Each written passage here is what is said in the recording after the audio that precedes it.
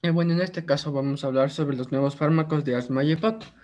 Los nuevos fármacos de asma y EPOC se encuentran en estudio todavía, algunos fármacos están en etapa uno o 2, algunos solo se han probado en ensayos clínicos o están probados en animales, pero no llegan a probarse en humanos. Entonces, son fármacos muy nuevos. Primero vamos a tratar sobre las patologías que a estos ayudan, que en este caso vamos a hablar del asma. El asma es una enfermedad inflamatoria que afecta al parénquima pulmonar, causando disnea como se observa en el paciente y causando alteración del coeficiente de ventilación-flujo, que este se ve alterado porque la ventilación no es suficiente en este caso. La inflamación con predominio eosinófilo y afectación de los linfocitos T auxiliares es característico del asma. Y vamos a comparar un pulmón sano con el pulmón con asma. Vamos a ver que el calibre de las vías aéreas normales es muy amplio, pero se va a ver disminuido en el asma. La pared, la pared de las vías respiratorias es muy delgada, pero debido a la inflamación va a estar muy grande y esto también nos va a ayudar a disminuir el calibre de las vías respiratorias. Va a haber una hipersecreción de moco por las células caliciformes de las vías respiratorias. ¿Y a qué se debe la disminución aumentada del calibre? Es debido a que el músculo, haz que el músculo liso de los bronquios va a estar apretado o constreñido.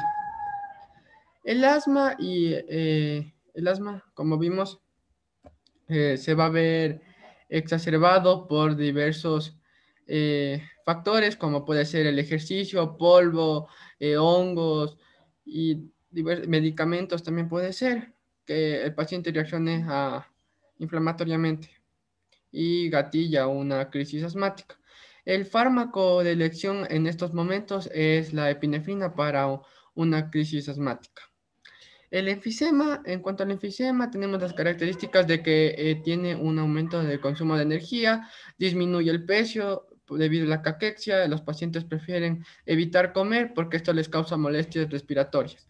El daño del epitelio alveolar y hay una hipoxemia y acompañada de una policitemia secundaria debido a que no, el cuerpo aumenta sus glóbulos rojos para poder aprovechar mejor el oxígeno que entra hacia los pulmones. Como se ve el paciente, los pacientes tienen un bajo peso y tienen estos dedos en tambor. La inflamación, principalmente una característica es que la inflamación se da con abundancia de neutrófilos y afecta a los linfocitos CD8. Las vías aéreas pequeñas son las que se van a ver más afectadas. Aquí se puede ver la característica de que es el daño de la pared alveolar principalmente y esta nos va a causar que no haya un adecuado intercambio gaseoso entre la capa tanto alveolo capilar. De aquí podemos ver que las lesiones son en el ápice mayoritariamente y eso sería todo de enfisema. Vamos a proceder a ver bronquitis crónica. La bronquitis crónica es la producción, las características de la producción de moco, disminuye el calibre de las vías aéreas, el aire que se queda atrapado, por eso es que tenemos un tórax hiperinsuflado. Hay hipoxemia tisular debido a la hipercapnia y a la hipoxemia. Podemos ver que la característica principal es que va a haber cianosis periférica en los pacientes, el tórax insuflado y vamos a tener una coloración azul que es la cianosis. Es una característica de esta que la inflamación se da con abundancia de neutrófilos y afectación de los linfocitos CD8 y esta se da en las vías aéreas medias y de gran calibre.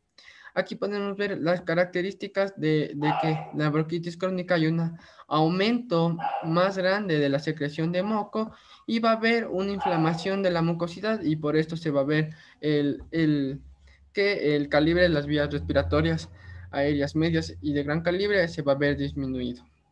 Esto no permite la salida del aire debido a que cuando inspiramos entra todo el aire y en expiración las vías se van a ver constreñidas y no permite que el aire salga, por eso se va a dar, como ya dijimos, el tórax hiperinsuflado. Bueno, los nuevos fármacos de asma y EPOC son fármacos que atacan los niveles diferentes en la cascada de inflamación que produce el daño del parénquima pulmonar. Primero que vamos a hablar sobre la ONCE. Cabe recalcar que estos fármacos, como dije anteriormente, no se han probado, algunos en humanos y otros están en estudios de primera o segunda fase y se han parado ahí. Nos han ayudado bastante a más entender la fisiopatología de las enfermedades, pero no son todavía eh, utilizados para tratar las patologías. Entonces, la óxido nítrico sintetasa está presente en la mayoría de las células de los mamíferos, como macrófagos, hepatocitos y células del músculo liso. Se expresa en respuesta a la acción de algunas toxinas bacterianas, como los lipopolisacáridos y algunas citocinas, como la interleucina 1, factor de necrosis tumoral alfa, factor de necrosis tumoral gamma, y está asociado a la producción de altos niveles de óxido nítrico. Bueno. Vamos a ver que este se va a dar por una activación de la acetilcolina hacia receptores muscarínicos que van a realizar una cascada intracelular, activando así la óxido nítrico sintetasa. Este óxido nítrico va a ir al músculo liso, a activar una guanidato ciclasa que va a aumentar los niveles de GMP cíclico. Este GMP cíclico hace que el calcio entre al retículo sarcoplásmico, haciendo que las células del músculo liso, principalmente endoteliales de los vasos, va a aumentar la vasodilatación. Esta vasodilatación, ¿a qué nos ayuda? Nos ayuda a que aumente la permeabilidad de vaso y ayude a la diapéresis de las células inflamatorias, activando así la quimiotaxis y la activación de las mismas, exacerbando la inflamación en los pacientes. Ahora, vamos a proceder a ver la cascada de cómo se crea el óxido nítrico. Entonces vamos a tener aquí la L-arginina. La L-arginina va a ser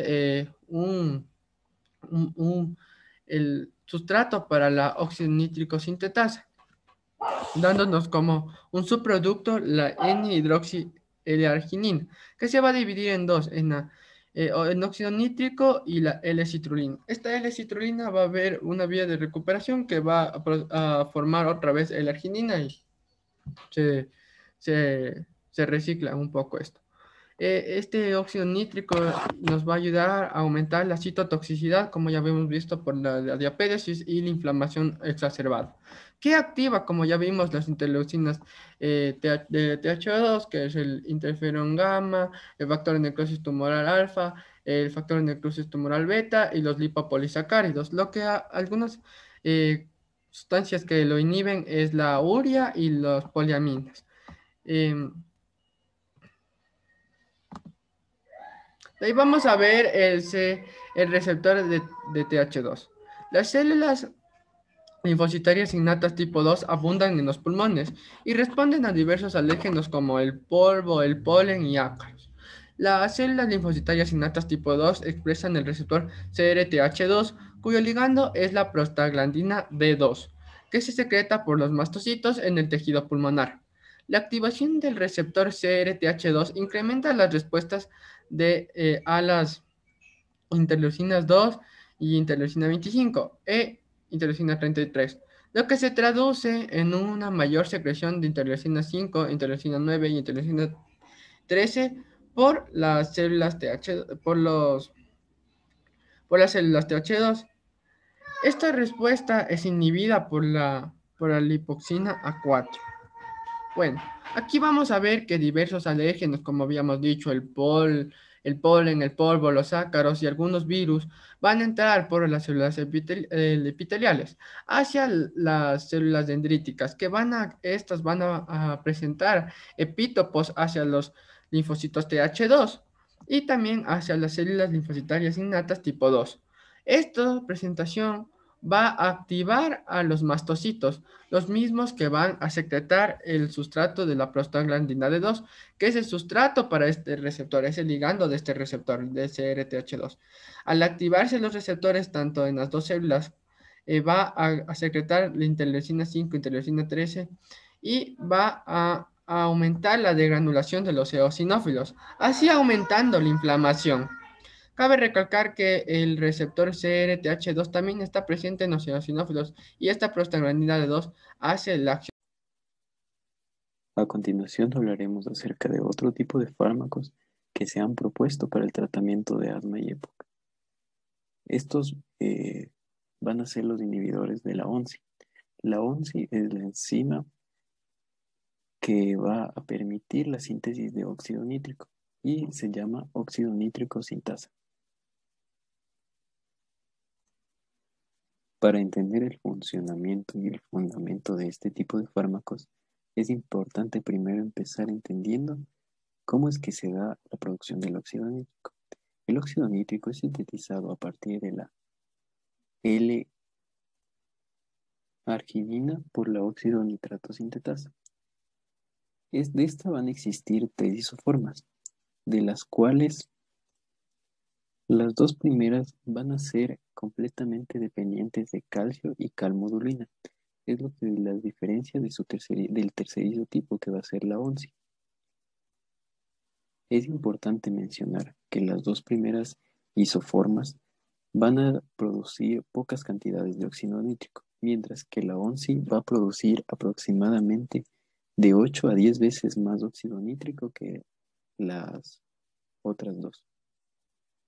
Las tres enzimas van a producir los mismos productos. Van a transformar la L-arginina en óxido nítrico y también en L-citrulina. Debido a las características de esta última isoforma, es por lo que se le ha estudiado con mayor profundidad y también se ha podido reconocer que está presente en todas las células, en especial en los macrófagos.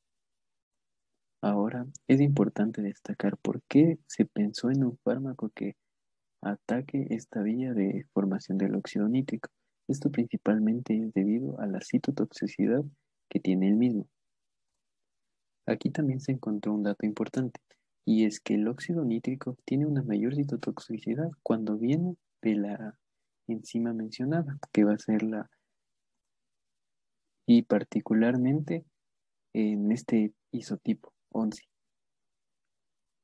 El óxido nítrico además va a inactivar la proteína sinasa C, la gliceraldehído 3-fosfato deshidrogenasa y la fosfotirosin fosfatasa. Y uno de los efectos que se ha encontrado recientemente es que va a afectar a la cadena de transporte de electrones. El gráfico adjunto nos permite analizar de una manera mucho más esquemática cómo es que esta enzima va a generar óxido nítrico y L-citrulina, que nos va a generar un estado de citotoxicidad que también va a tener inflamación. Algo que tienen en común tanto el asma como EPOC. El óxido nítrico particularmente en los macrófagos. Normalmente los macrófagos están produciendo constantemente óxido nítrico. Sin embargo, en procesos inflamatorios, como sería el asma o EPOC, se podría sobreexpresar la ONCI, lo que aumentaría notablemente los niveles de óxido nítrico en estas patologías. Es así como se genera un daño tisular oxidativo. Además de esto, se van a generar cascadas de otros mediadores inflamatorios, principalmente las prostaglandinas. Además, es importante mencionar que el factor de crecimiento transformador beta va a ser un importante supresor de esta enzima y por lo tanto de óxido nítrico. Y a continuación mencionaremos la importancia del óxido nítrico en enfermedades respiratorias. Empezaremos por el asma. Hay una sobreexpresión de la enzima óxido nítrico sintasa. Por lo tanto, el óxido nítrico va a estar demasiado elevado en esta patología. Hablando de EPOC, es un poco diferente, debido a que va a haber una producción de óxido nítrico. Sin embargo, la producción de óxido nítrico va a depender directamente de los eosinófilos que van a estar a nivel periférico. Y esto generalmente se asocia al progreso de la enfermedad. Por lo tanto, en EPOC, que está en un estado más crónico, se va a ver un mayor nivel de óxido nítrico, mientras que en EPOC de estadio temprano no va a haber tanto óxido nítrico. También es importante mencionar que a nivel de laboratorio se puede encontrar nitrotirosina y también la enzima mencionada elevadas en el esputo. En cuanto a los inhibidores, se ha encontrado dos tipos, los selectivos y los no selectivos. Los selectivos van a ser específicos para un solo isotipo, en este caso 11, mientras que los no selectivos van a ser para los óxido nítrico sintetasas en general. En diversos estudios se ha encontrado que los efectos son mucho mejores en los inhibidores selectivos, mientras que los no selectivos no tienen mayor relevancia en los pacientes de asma, como también en la población normal estudiada. Aquí están colocados dos fármacos que van a ser selectivos y en la parte inferior hemos colocado dos fármacos que van a ser no selectivos. Los fármacos van a actuar a nivel de la enzima que sintetiza el óxido nítrico, por lo tanto, no se estaría sintetizando óxido nítrico y se evitaría todo el proceso de inflamación. Según varios estudios, se ha encontrado que únicamente hay dos fármacos que tienen efectos positivos. El primero es N-monometil L-arginina, que va a requerir de una escisión para así ejercer sus efectos. El segundo fármaco y el que se analizó en diferentes personas con asma y personas normales es el LN6, 1-iminometil-lisina. Este último es el que tuvo más efecto positivo de todos los fármacos y en diferentes pacientes asmáticos se vio que disminuyó mucho el nivel de inflamación y de óxido nítrico y por tanto el nivel de inflamación. A continuación hablaremos de los antagonistas CRTH2. El endotipo de asma mejor descrito es el asma alta de tipo 2, que se caracteriza por niveles aumentados de inflamación T2 y ocurre en aproximadamente el 50% de los pacientes con asma grave. Las células T helper 2 secretan citocinas interleucina 4, 5 y 3 que definen la inflamación T2. Junto con las células Th2, las células linfoides innatas de tipo 2 y LC2 también producen interleucina 5 y 13. Las actividades de interleucina 4 y 13 están vinculadas a través de un componente de receptor compartido y una vía de señalización y participan en la diferenciación de células Th2 y síntesis de IgE por células B. La interleucina 5 induce el crecimiento, supervivencia y activación de eosinófilos. La presencia de eosinófilos es importante para determinar los fenotipos del asma y es consecuencia de la inflamación T2. Los eosinófilos del esputo están más estrechamente relacionados con la inflamación de las vías respiratorias T2 en comparación con los eosinófilos sanguíneos. Las vías moleculares del asma de T2 bajo no están tan bien establecidas, pero las células T auxiliares 17 y neutrófilos pueden ser mediadores clave. Metabolismo de la prostaglandina D2. La prostaglandina D2 y su receptor, molécula homóloga del receptor quimioatrayente expresada en células Th2, CRTH2, desempeñan un papel importante en la inflamación T2. Las células Th2 estimulan el cambio de isotipo IgE en células B. Luego, la IgE unida a los mastocitos se une al antígeno, lo que lleva a la liberación de citocinas, leucotrienos y prostaglandina D2. La prostaglandina D2 se produce a partir del metabolismo secuencial del ácido araquidónico por la ciclooxigenasa seguida de la prostaglandina D2 sintasa. La prostaglandina D2 se libera principalmente de los mastocitos, pero las plaquetas, macrófagos alveolares, células Th2, células dendríticas y osteoblastos también pueden producir pequeñas cantidades de prostaglandina D2. Los efectos de esta están mediados por receptores acoplados a proteína G. Prostaglandina D2 activa dos receptores, el receptor de P y CRTH2. CRTH2 se expresa en células Th2, eosinófilos, basófilos y células ILC2. Aunque CRTH2 se une a prostaglandina D2 con aproximadamente la misma afinidad que el receptor de DP, muestra poca similitud con el receptor de DP y está más estrechamente relacionado con otros receptores de quimioatrayentes. La prostaglandina D2 puede funcionar como mediador proinflamatorio y antiinflamatorio, dependiendo de la afinidad del ligando, el perfil de expresión del receptor y el contexto celular en el que se expresa el receptor. La prostaglandina D2 es responsable de la inflamación alérgica, probablemente a través del receptor DP y el receptor CRTH2.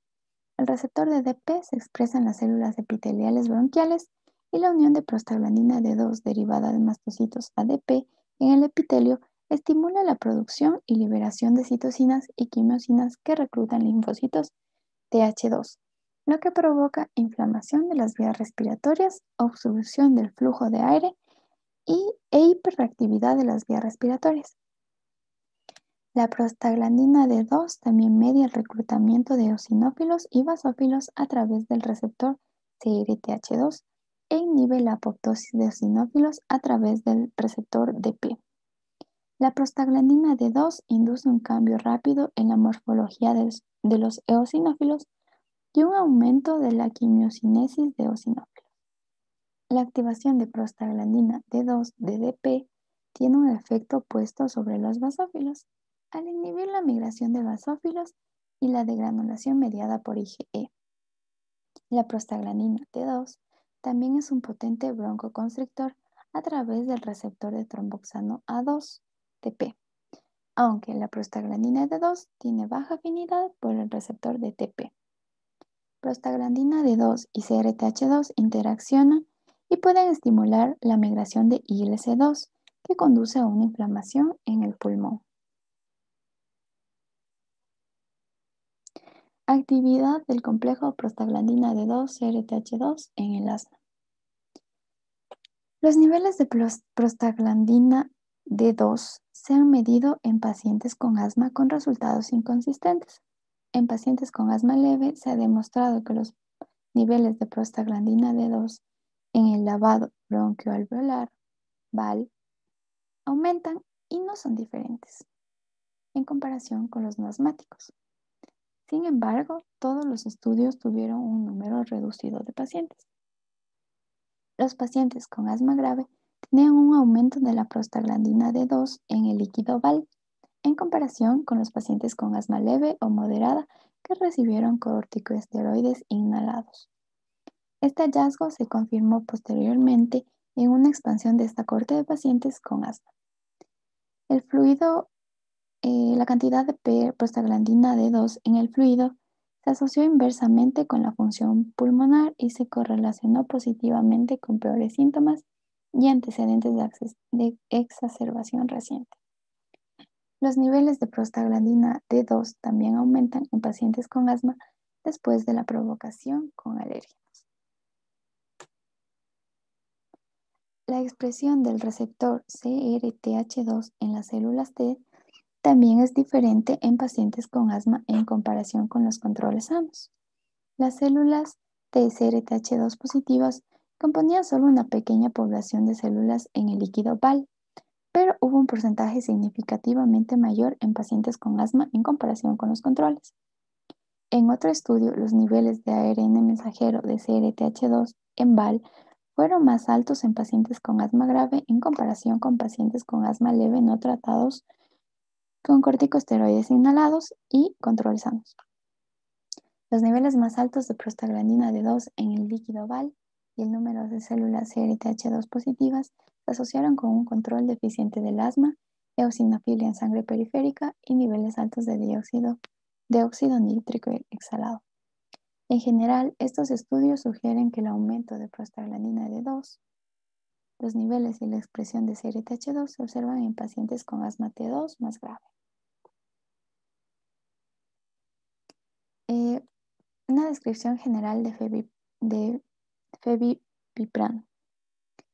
Es un antagonista competitivo reversible, potente, altamente selectivo y oral de CRTH2. El fevipiprant se metaboliza a un metabolito de acilglucururo inactivo. La eliminación de fevipiprant se produce a través del metabolismo hepático y la excreción renal.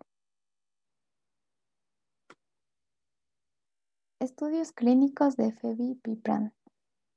Un estudio de fase 1 evaluó la farmacocinética y la seguridad de una variedad de dosis de fevipiprant administradas en dosis únicas y múltiples en 48 voluntarios sanos.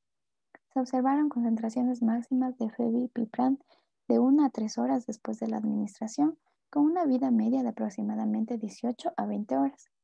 Fevipiprant fue bien tolerado y los eventos adversos fueron similares entre fevipiprant y placebo. No hubo eventos adversos significativos o muerte, y los efectos secundarios más comunes fueron dolor de cabeza y congestión nasal. A continuación se presenta una tabla que resume los estudios de fase 2. En el primer estudio de fase 2, 170 pacientes con asma alérgica persistente de leve a moderada fueron aleatorizados para recibir fevipiprant 500 miligramos al día durante 28 días. 82 pacientes recibieron el tratamiento y 88 placebo. Se observó que no hubo diferencia en el resultado primario de la medida del volumen expiratorio forzado entre los grupos. En el subgrupo predefinido de pacientes con volumen forzado expiratorio por ciento predicho menor a 70%, hubo una mejora significativa del volumen expiratorio forzado mínimo, así como el cuestionario de control de asma ACQ7 en pacientes tratados con fevipiprant en comparación con el placebo. En pacientes con IgE sérica alta y eosinófilos en sangre mayor a 300 por microlitro y pacientes con óxido nítrico exhalado, hubo una mejora significativa del volumen expiratorio forzado. En un estudio de fase 2 hecho por Gonem, se aleatorizaron a 61 pacientes con asma persistente de moderada a grave y eosinofilia en el esputo mayor o igual al 2% para recibir fevipiprant en dosis de 225 miligramos por vía oral 2 veces al día o placebo durante 12 semanas. La media geométrica del porcentaje de eosinófilos en el esputo disminuyó de 5 a 4 a 1 a 1 en el grupo de fevipiprant y de 4 a 6 a 3 a 9 en el grupo de placebo. Por lo tanto, el tratamiento con fevipiprant dio como resultado una disminución significativa 3.5 veces mayor de la eosinofilia en el esputo que el placebo. Además, el fevipiprant redujo el número de eosinófilos submucosos bronquiales en las muestras de biopsia bronquial en comparación con el placebo. Sin embargo, no hubo cambios en el recuento de eosinófilos en sangre. En cambio, en el control medio del asma medido por ACQ7 no fue diferente entre los grupos, excepto en el subgrupo de pacientes con asma no controlada al inicio del estudio. En un estudio de fase 2B elaborado por Bateman, se aleatorizaron a 1.058 pacientes adultos con asma alérgica que no estaba controlada con corticosteroides inhalados y se los cambió a fevipiprant una vez al día, 2 veces al día, y también se le administró montelukast o placebo. Los pacientes se mantuvieron con budesonida 200 gramos durante el periodo de tratamiento de 12 semanas.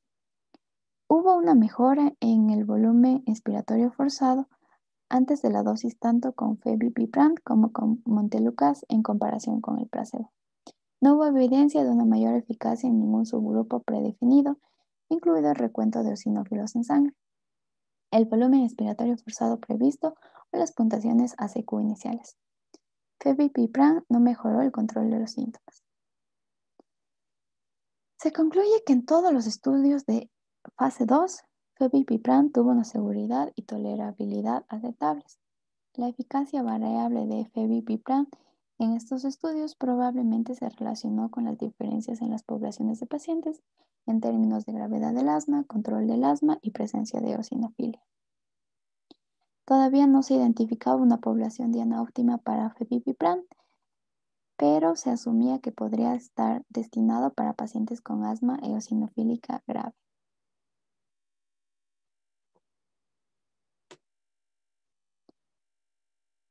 Los resultados del estudio de fase 3 fueron publicados el 16 de diciembre del 2019. La farmacéutica Novartis anunció que los resultados de sus estudios fundamentales globales de fase 3, Luster 1 y 2, exploraron tanto la eficacia y seguridad del antagonista del receptor de prostaglandina D2 oral que estaba en investigación.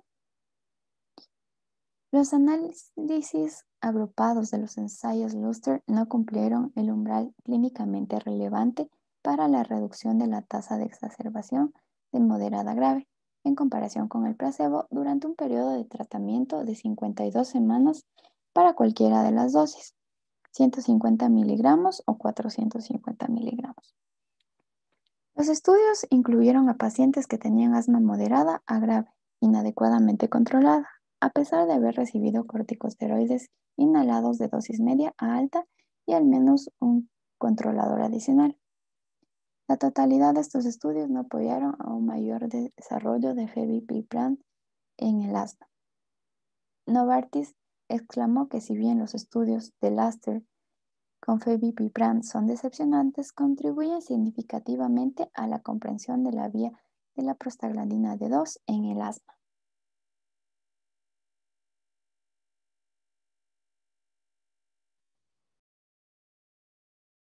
Ok, a continuación vamos a hablar de los antagonistas del receptor de quimiosinas CCR3. Este grupo de fármacos se ha propuesto sobre todo como un potencial tratamiento para la enfermedad del asma. ¿Y por qué? Para eso vamos a revisar acerca de la patogenia de la enfermedad del asma. La patología del asma se caracteriza por un infiltrado eosinofílico. El asma realmente es un síndrome que tiene muchos fenotipos, muchas presentaciones, pero el fenotipo clásico del asma, que es una reacción de hipersensibilidad mediada por inmunoglobulina E, se caracteriza precisamente por un infiltrado eosinofílico. Entonces, este es el fenotipo más conocido de asma, el fenotipo típico de asma en el que todos pensamos cuando escuchamos la palabra asma.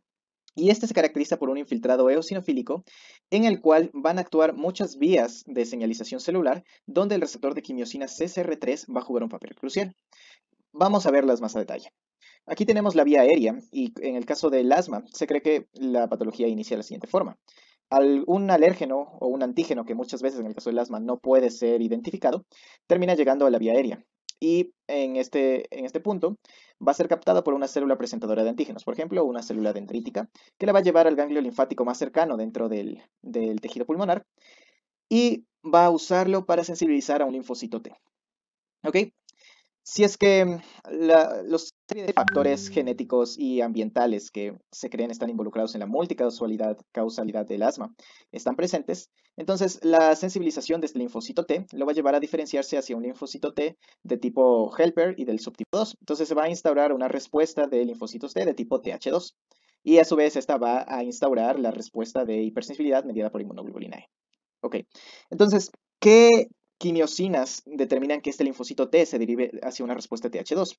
Pues hay muchas que intervienen, pero aquí están puestas algunas de las más importantes. Tenemos la interleucina 4, la quimiosina L17, la quimiosina L22, la quimiosina L11, 24 y 26.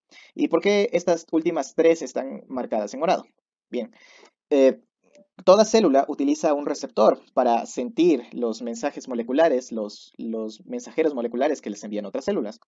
El linfocito TH2 utiliza una serie de receptores para sentir la interleucina 4, la quimiosina 17, la quimiosina 22, pero para sentir estas tres últimas, la quimiosina L11, 24 o 26, que también son llamadas con el nombre de eotaxina 1, eotaxina 2 y eotaxina 3, utiliza el receptor que nos atañe el día de hoy, que es el receptor de quimiosinas CCR3. Entonces, está claro que aquí hay un primer punto en el cual podría ser importante bloquear el receptor de quimiosina CCR3 para mejorar la patogenia del asma. La patogenia del asma depende de la sensibilización de un linfocito que se especialice en una respuesta TH2. Y una parte de esta sensibilización, de esta respuesta TH2, depende de que el linfocito interactúe con estas quimiosinas, con las cetoxinas 1, 2 y 3. Por lo tanto, si bloqueáramos el receptor en este punto, podríamos inhibir hasta cierto punto el desarrollo de la respuesta TH2. Probablemente no se inhiba del todo, ya que hay otras quimiosinas que también intervienen. Sobre todo la interleucina 4 es con mucha diferencia la más importante para el desarrollo de esta respuesta, pero sin duda ayudaría mucho el poder bloquear el efecto de estas eotaxinas. Pero no solamente se queda ahí el efecto de bloquear el receptor de quimiosinas CCR3, porque una vez que se instaura este linfocito de tipo TH2, la población de linfocitos TH2 sensibilizados va a instaurar la reacción de hipersensibilidad mediada por inmunoglobulina E. Entonces estos linfocitos TH2 van a sensibilizar a linfocitos B que se convierten en plasmocitos que produzcan inmunoglobulina E sensible a este alérgeno, ¿no? Y también van a mediar otras respuestas celulares, por ejemplo, aumentando la actividad de la respuesta de mastocitos, un poco la respuesta de basófilos, etcétera, etcétera. Todo lo que caracteriza una reacción de hipersensibilidad de tipo mediada por inmunoglobulina E y a una respuesta inmune de tipo TH2. Pero una de las vías celulares más importantes que van a activar estos linfocitos T va a ser el reclutamiento de eosinófilos. Porque claro, una reacción de hipersensibilidad mediada por inmunoglobulina E quiere decir básicamente que un plasmocito, una célula B, produce inmunoglobulina E y esta inmunoglobulina E se ensambla en los receptores eosinofílicos para inmunoglobulina y los eosinófilos de esta forma, los eosinófilos que son células del sistema inmune innato, se vuelven sensibles hacia este alérgeno o antígeno específico, como si fueran parte del sistema inmune adaptativo. Y una vez que encuentran este alérgeno, este antígeno, se degranulan y la degranulación de los eosinófilos es uno de los factores más importantes que desencadena el resto de vías celulares que provocan los síntomas. Porque la degranulación de los eosinófilos en sí misma ya induce el estado inflamatorio que provoca los síntomas del asma, pero también esta degranulación es la que provoca la degranulación de otras células importantes, por ejemplo, los mastocitos. Entonces es crucial para instaurar una reacción de hipersensibilidad medida por inmunoglobulina E que se recluten eosinófilos al sitio de la patología. ¿Y cómo se realiza esto? Pues el linfocito de TH2 va a producir los siguientes señalizadores moleculares. El primero y uno de los más relevantes es la interleucina 5. Pero de nuevo, el linfocito TH2 vuelve a producir todas estas quimiosinas, la quimiosina L11, 24 y 26, las llamadas eotaxinas 1, 2 y 3.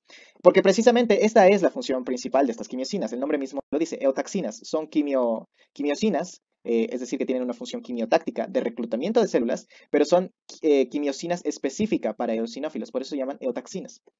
¿Y cómo es que el eosinófilo siente estas eotaxinas y se dirige al sitio de la patología? Pues lo hace a través de su receptor de quimiosinas CCR3, que también se expresa en eosinófilos, no solo en linfocitos T. De hecho, el principal receptor de los eosinófilos es el receptor de quimiosinas CCR3, con mucha diferencia. En los linfocitos TH2, por ejemplo, el receptor de quimiosinas CCR3 es un miembro más, una población menor, un grupo menor dentro de toda la población de receptores de su membrana, pero en los eosinófilos este es el receptor principal que se expresa en la membrana. Entonces, he aquí otra razón más para bloquear el receptor de quimiosinas CCR3. Estaríamos bloqueando de golpe la actividad de tres señalizadores moleculares muy importantes en el reclutamiento de eosinófilos, estas tres eotaxinas. Y no solo eso, sino que además este efecto es amplificable porque los eosinófilos que son reclutados al sitio de la patología, a su vez producen más interleucina 5 y otra vez vuelven a producir la quimiosina L11, la eotaxina 1. ¿Por qué? Porque de esta forma se empieza a producir esta eotaxina y esta interleucina 5 en grandes cantidades en sangre y cuando se depleten, se reduzca la población de eosinófilos disponibles circulando en sangre, porque todos están migrando a la vía aérea, al sitio de la patología. Estos señalizadores moleculares van a terminar llegando a la médula ósea, donde van a sensibilizar a células hematopoyéticas que tengan el receptor de quimiosina CCR3 para que se diferencien en eosinófilos y migren a la sangre y luego migren a la vía aérea. De modo que así se sigue garantizando que siga existiendo un infiltrado eosinofílico en el sitio de la patología del asma y que nunca se deplete la población de estas células. Entonces aquí hay otra razón más para bloquear el receptor de quimiosina CCR3, porque también bloquearíamos la respuesta de las células hematopoyéticas para diferenciarse en más eosinófilos para infección. Y esta son solo algunas de las razones por las que sería útil bloquear el receptor de quimiosina CCR3. Hemos mencionado que este receptor se expresa en eosinófilos, en células hematopoyéticas, en linfocitos T, pero no es la única población celular donde se expresa. También se ha visto que está expresado, por ejemplo, en el epitelio de la vía aérea, lo cual es extraño porque no sabemos cuál es su función expresada en las células epiteliales, pero muy probablemente también está involucrado en el desarrollo de la patología. De modo que, en general, aunque la patogenia del asma tiene muchas vías celulares que no todas se muestran aquí, una de las vías más importantes y cruciales para que se desarrolle esta respuesta mediada por inmunoglobulina E que deriva en la patología del asma es esta que estamos viendo aquí, que es el reclutamiento de eosinófilos. Y por eso resultaría útil para tratar el asma bloquear esta vía. Entonces, históricamente esto se ha hecho a través de intentando bloquear la actividad de la interleucina 5, que aparece en estos dos lados de la vía y que de hecho tiene una actividad muy fuerte y muy importante en estos tramos de la vía. Lo que se ha hecho históricamente es utilizar anticuerpos dirigidos contra interleucina 5 para bloquear el reclutamiento de eosinófilos. Y lo que se ha visto es que Bloqueando interleucina 5 se consigue disminuir el infiltrado eosinofílico. Se inhibe un poco, pero no se disminuye completamente. Sigue habiendo reclutamiento eosinofílico y aunque hay una mejoría de los síntomas, no, no se los, no se los reduce por completo. ¿Y por qué motivo es este? Bueno, viendo la vía así completa, es claro el por qué, porque estamos bloqueando solo una de las quimiosinas que están involucradas en una de las citocinas que están involucradas en el reclutamiento de eosinófilos, pero nos estamos olvidando de todas estas quimiosinas, todas estas eotaxinas, que también juegan un papel mayor en el reclutamiento de estas células. Y por ello, se piensa que bloqueando el receptor de quimiosina CCR3 encontraríamos una bala mágica para el tratamiento del asma, que se obtendría resultados mucho mejores bloqueando el receptor de quimiosina CCR3 que bloqueando la actividad de interleucina 5, por ejemplo. De hecho, se dispone de estudios en animales, en murinos, donde se utilizan anticuerpos dirigidos contra el receptor de quimiosina CCR3. Estos animales tienen un mecanismo inmunológico similar y lo que se ve es que se reduce muy significativamente la infiltración de eosinofílicos, llegando a niveles casi nulos. En humanos no estamos seguros de que la respuesta vaya a ser tan dramática porque hay otras vías implicadas, por ejemplo la de interleucina 5 y hay otras más que no hemos mencionado, pero sin duda es un resultado muy prometedor el visto en murinos, lo que nos hace pensar de nuevo que bloqueando el receptor de quimiosina CCR3 se podría tratar muy bien la patología del asma. ¿Cuáles son las propuestas que tenemos para este grupo de fármacos? Bueno, aquí se presentan dos de las propuestas más interesantes que existían para este grupo de fármacos en el año 2014. Esta molécula de aquí está desarrollada por la farmacéutica GlaxoSmithKline, por eso las siglas GSK, y la nombraron con este número de serie de aquí.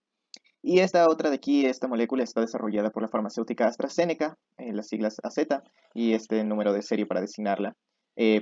Inicialmente, esta molécula tenía malas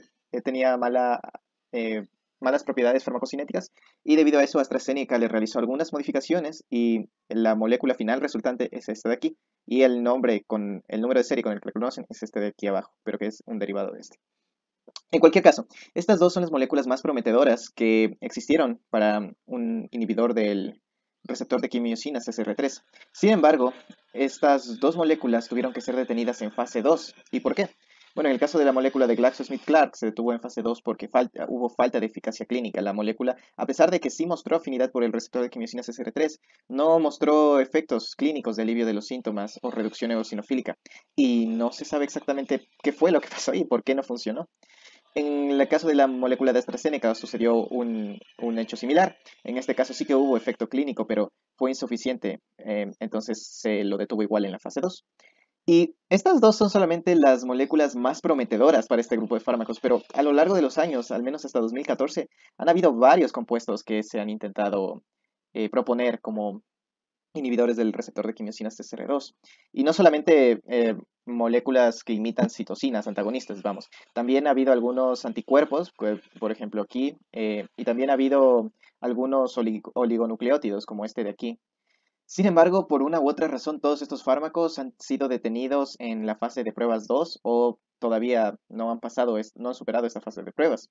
Algunos de estos tienen razones muy, muy tristes para haber terminado su desarrollo, como es el caso de la molécula de la compañía DuPont, cuyo desarrollo no está terminado, sino que está retrasado. Y está retrasado debido a un cambio en la dirección estratégica de la compañía, que ya no tienen como una de sus prioridades el desarrollar un antagonista para el receptor de quimiosina CCR3. De modo que es triste verlo, pero actualmente no hay ninguna propuesta prometedora para antagonizar el receptor de quimiosina CCR3. Hay algunas propuestas que todavía están en fase de pruebas, pero la gran mayoría se han tenido que detener, bien sea en fase de pruebas 1 o 2. Entonces, siendo este el paradigma, ¿qué es lo que depara el futuro para estas moléculas? Bueno, pues los antagonistas del receptor de quimiosina CCR3 no resultaron ser la bala mágica que se esperaba. No sabemos el por qué, pero el hecho de que las moléculas, por ejemplo, la desarrollada por GlaxoSmithKline, no mostrara eficacia clínica o la de AstraZeneca mostrara muy poca eficacia, nos están demostrando que antagonizar el receptor de quimiosina CCR3, al menos para la patología del asma, no es la bala mágica que se esperaba que iba a mejorar completamente esta patología. Es posible que existan otras vías celulares que no estamos tomando en cuenta. Sin embargo, este no es el final para los receptores de quimiosina CCR3 porque estos fármacos tienen otros usos potenciales en otras enfermedades aparte del asma. Y esas enfermedades son la degeneración macular asociada con la edad y la fascitis eosinofílica, que se tratan de, en este caso, de una enfermedad que produce degeneración gradual e irreversible de la vista, y esta de aquí que es una fascitis caracterizada por un infiltrado eosinofílico, que si bien suele cursar de forma autolimitada, se necesita un tratamiento para aliviar la sintomatología del paciente mientras dura.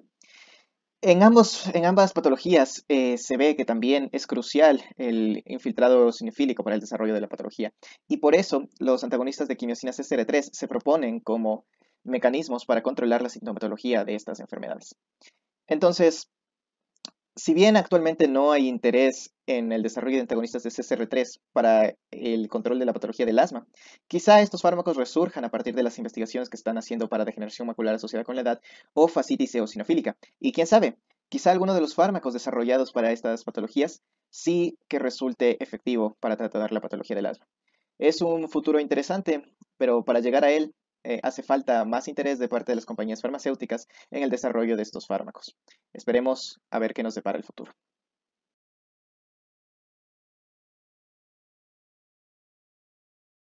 Ahora vamos a conocer un poco sobre los antagonistas de los receptores CXCR2. En primer lugar, debemos conocer el papel de los receptores CXC en la inflamación. CXC son una familia de receptores de quimiosinas diferentes. CXC se divide en un grupo que responde a ligandos con el motivo ácido glutámico leucina arginina y otros que no tienen afinidad por estos ligandos con este motivo. Existen 7 receptores que tienen la afinidad y estos se denominan CXCR2 y está fuertemente asociado con la atracción de neutrófilos. También debemos conocer que la secuencia de ADN de los receptores CXCR2 contiene un único marco de lectura abierto que codifica dominios de proteína que indican la pertenencia a los receptores acoplados a proteína G de la superfamilia de la rodopsina. Aparte, debemos conocer la importancia de las quimiosinas XC para el reclutamiento de leucocitos en el sistema inmunológico innato y se puede concluir a partir de la extensa investigación que muestra que todas las quimiosinas con el motivo ELR que se mencionó y de las quimiosinas tienen afinidades a CXCR2 iguales y propiedades quimioatrayentes de neutrófilos. Las quimiosinas también son importantes para la inducción de funciones efectoras, elevando los niveles de calcio intracelular y también liberando el contenido de gránulos y formando un estallido respiratorio. En la tabla podemos ver los ligandos de CXCR2 y los nombres de estos ligandos. Debemos conocer que en esta tabla se conocen las quimiosinas murinas y de ratas.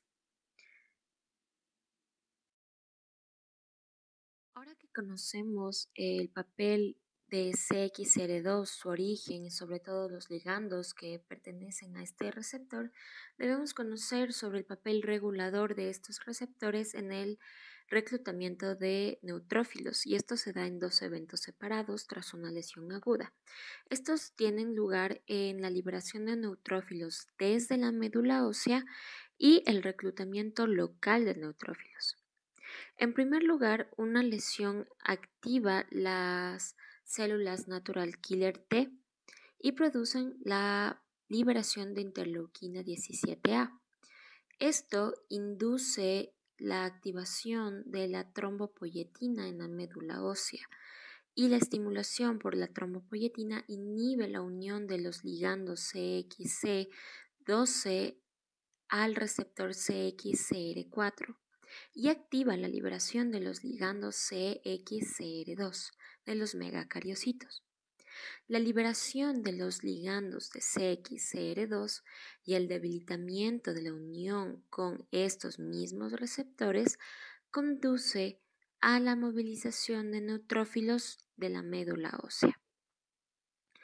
Por otro lugar, tenemos la activación de inflasomas que conduce a la liberación de interleuquina 1 beta y la estimulación de la producción local de ligando para CXCR2, induciendo así una producción subsecuente de factor de necrosis tumoral alfa y de leucotrienos B4, activando así las integrinas y selectinas en las células endoteliales que cierran el sitio de la lesión. Así, los ligandos CXCR2 se presentan en el sitio de la lesión, creando así un gradiente quimiotáctico para el reclutamiento de los neutrófilos a través de la interacción de los ligandos de CXCR2 con sus respectivos receptores. Entonces, los ligandos de CXCR2 son producidos también por macrófagos y células endoteliales en la periferia. También se pueden producir en los astrocitos del sistema nervioso central con el fin de crear un gradiente quimiotáctico para guiar a los neutrófilos a través del torrente sanguíneo hasta el sitio lesionado. Entonces, tenemos que saber que estos receptores median la migración de los neutrófilos hacia un sitio de lesión aguda.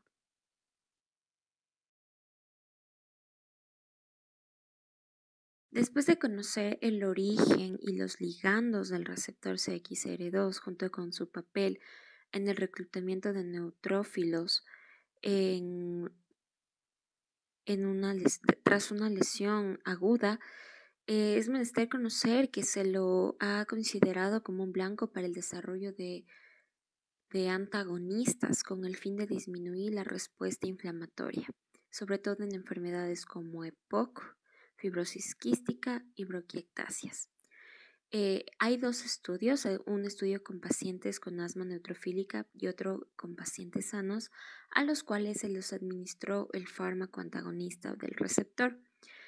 En el estudio con pacientes con asma neutrofílica se les administró el fármaco AZD5069 con 2 dosis de 45 miligramos al día, en total 90 miligramos al día.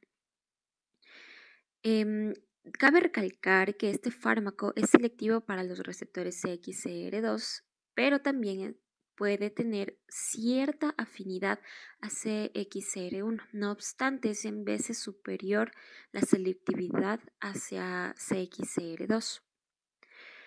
En este estudio se demostró que el antagonismo del receptor sí reduce la neutrofilia del esputo en varios modelos de provocación de las vías respiratorias.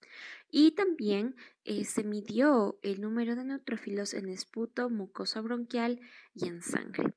En las tres, junto con los hallazgos tanto histológicos como los estudios de sangre y en el recuento de esputo, hubo una disminución de los neutrófilos desde el 62 al 96%. Y también cabe recalcar que este estudio menciona que es importante reconocer que puede tener una aplicación clínica.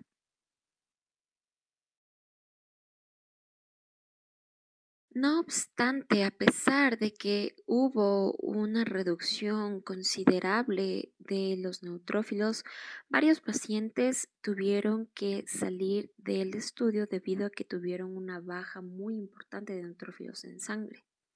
Aparte, después del tratamiento, después de 6 meses, no mejoró los resultados clínicos en un ensayo de fase 2B que involucró a una gran población de pacientes con asma persistente no controlada. Por lo tanto, esto desafía el concepto de la función predominante del reclutamiento de neutrófilos mediado por CXCR2 en este fenotipo de asma, ya que se realizó en pacientes con asma neutrofílica. También cabe recalcar que el tratamiento con los antagonistas de CXCR2 de forma reversible sobre los neutrófilos condujo al aumento de los ligandos para CXCR2. Y también se menciona que no se puede descartar la posibilidad de que el alza de estos ligandos como GCF e interleuquina 17A puedan contribuir a la inflamación persistente de las vías respiratorias al impulsar el reclutamiento y activación de otras células inmunes en las vías respiratorias. Entonces, por tal razón, no se lo considera aún habilitado para el uso clínico y de forma masiva para pacientes que tienen algún padecimiento pulmonar.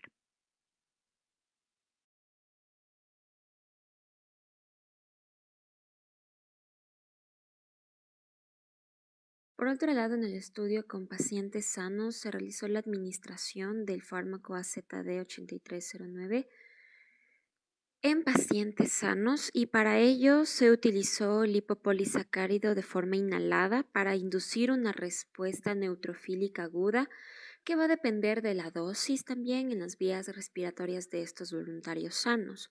Esto se va a cuantificar en el esputo inducido. Los puntos contra de este estudio que se mencionan es que hubo pocos pacientes, en total hubo 16 sujetos de 20 porque 4 tuvieron que dejar el estudio debido a que tenían complicaciones con disminución de neutrófilos en sangre de forma preocupante y también que se habían prestado a realizar exámenes o ensayos clínicos de manera repetida y eso podría afectar su salud. Para esto se utilizó el tratamiento de 300 miligramos y también se evaluaron las muestras de sobrenadante actividad de las tasas de los neutrófilos. En cuanto a las muestras de sobrenadante de esputo, se analizaron el alza o no de los ligandos CXCL1, CXL8 y leucotrieno B4 utilizando kits de ELISA. En cuanto a la actividad de la elastasa de los neutrófilos, se realizó exámenes para cuantificarlos con unidades de fluorescencia. En esta imagen nosotros podemos ver los efectos del tratamiento sobre los leucocitos totales, neutrófilos y macrófagos en el esputo. El recuento total de leucocitos se redujo en una media del 77% después de la terapia con el fármaco, en comparación con los niveles de placebo. Aparte, hubo una disminución media del 79% en el número de neutrófilos después del tratamiento con el fármaco en comparación al placebo. Y en cuanto a los macrófagos, hubo una reducción en aproximadamente el 50% en comparación con el grupo que recibió el placebo. No obstante, en el estudio se menciona que esto no alcanzó la significación estadística suficiente. En esta tabla nosotros podemos observar los eventos adversos después de la primera dosis del tratamiento. Estos efectos adversos no fueron graves, no obstante los más frecuentes fueron la pirexia y dolor de cabeza. Estos fueron de intensidad moderada, pero se menciona que no hubo algún tipo de complicación que ponga en riesgo la vida de los pacientes y quienes tuvieron un bajo recuento de neutrófilos fueron excluidos del estudio para evitar posibles complicaciones. Ahora, se debe mencionar que en pacientes con asma grave y después de 4 semanas la dosificación encontró una reducción del 36% en los porcentajes de neutrófilos con este fármaco, pero no hay diferencias significativas en el volumen expiratorio forzado, también en la cantidad de interleuquina 8 o de la elastasa de los neutrófilos.